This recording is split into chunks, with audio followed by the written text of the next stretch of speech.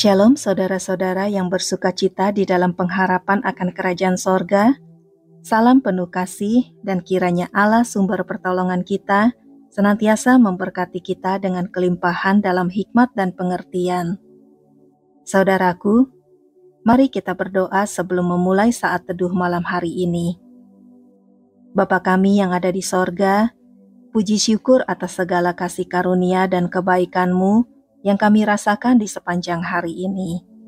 Kami telah melalui hari ini dengan baik, berkat penyertaan dan pertolongan-Mu. Bapa, saat ini kami mau bersaat teduh untuk belajar firman-Mu. Berkatilah kami dengan hati yang bisa mengerti saat kami mendengarkan firman-Mu, dan ubahkanlah hidup kami sesuai dengan kehendak-Mu. Terima kasih Bapa, dalam nama Tuhan Yesus kami berdoa. Amin. Saudara yang terkasih di dalam Kristus, berita-berita di media saat ini berisi hal-hal yang membuat hati kita berdebar-debar. Ada berita-berita tentang peperangan dan jumlah korban yang terus berjatuhan. Ada berita-berita tentang pembunuhan yang terjadi di keluarga-keluarga. Ada berita-berita tentang keadaan politik yang memanas di banyak negara. Memang benar bahwa generasi kita sedang hidup di akhir zaman, di mana keadaan dunia semakin merosot. Moral manusia merosot, perekonomian dunia merosot, rasa kemanusiaan merosot. Kejahatan semakin bertambah-tambah. Oleh karena itu, banyak orang merasa tidak ada kedamaian di dalam hidupnya. Orang hidup dengan hati yang was-was terhadap perubahan-perubahan yang terjadi di dunia ini. Namun demikian, firman Tuhan sudah memberitahukan kita tentang keadaan manusia di akhir zaman seperti yang kita alami saat ini.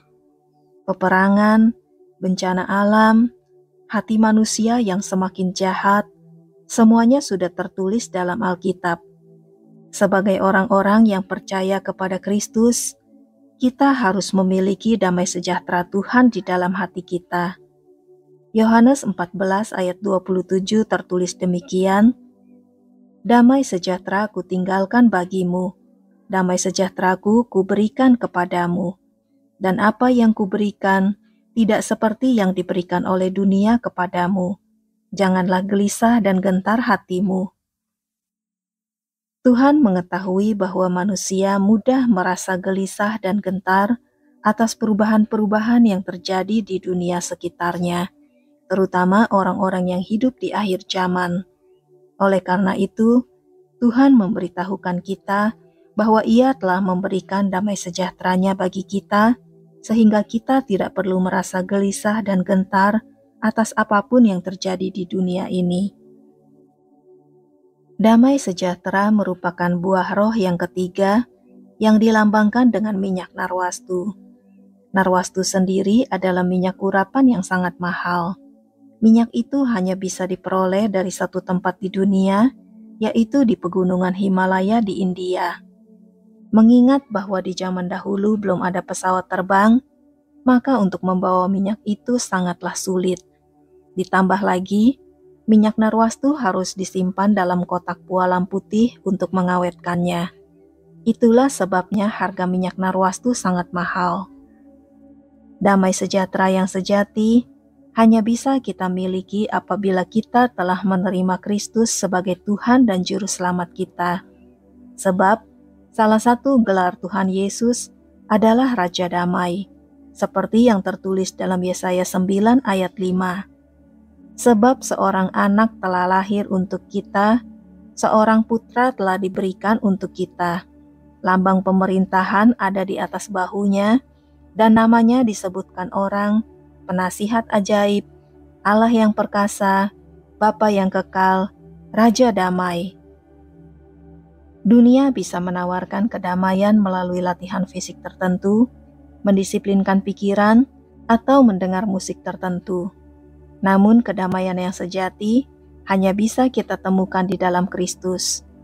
Segala sesuatu di dalam dunia bisa goncang, akan tetapi sebagai orang-orang percaya, kita telah menerima kerajaan yang tidak tergoncangkan dengan Kristus sebagai rajanya. dan kerajaan Kristus adalah kerajaan damai sejahtera dan sukacita. Saudara yang terkasih di dalam Kristus, membaca berita-berita dunia akan membuat hati kita gelisah dan kehilangan damai sejahtera. Oleh karena itu, kita perlu menjaga hati kita agar terfokus kepada Tuhan, karena dengan semakin dalamnya kepercayaan dan keyakinan kita kepada Tuhan, maka damai sejahtera kita juga akan semakin dalam. Jika kita belajar untuk memusatkan perhatian kita kepada Tuhan dengan segenap hati, dan bukan memusatkan perhatian kita kepada masalah-masalah kita atau masalah-masalah yang terjadi di dunia, maka damai sejahtera Tuhan akan meningkat di dalam hati kita. Nah saudaraku, demikianlah renungan firman Tuhan malam ini. Semoga melalui renungan ini, Roh Kudus melimpahi kita dengan damai sejahtera-Nya di dalam hati dan hidup kita. Sekarang, mari kita berdoa untuk menutup renungan ini.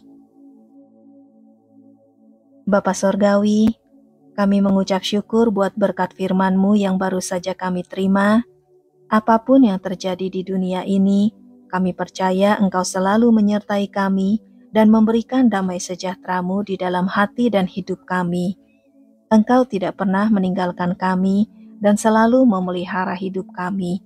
Terima kasih Bapa. Sebentar lagi setelah selesai berdoa, kami akan segera beristirahat.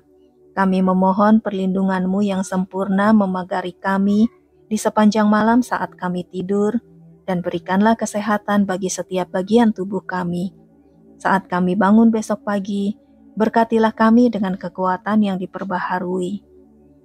Bapa, kami berdoa bagi saudara-saudara kami yang saat ini sedang sakit.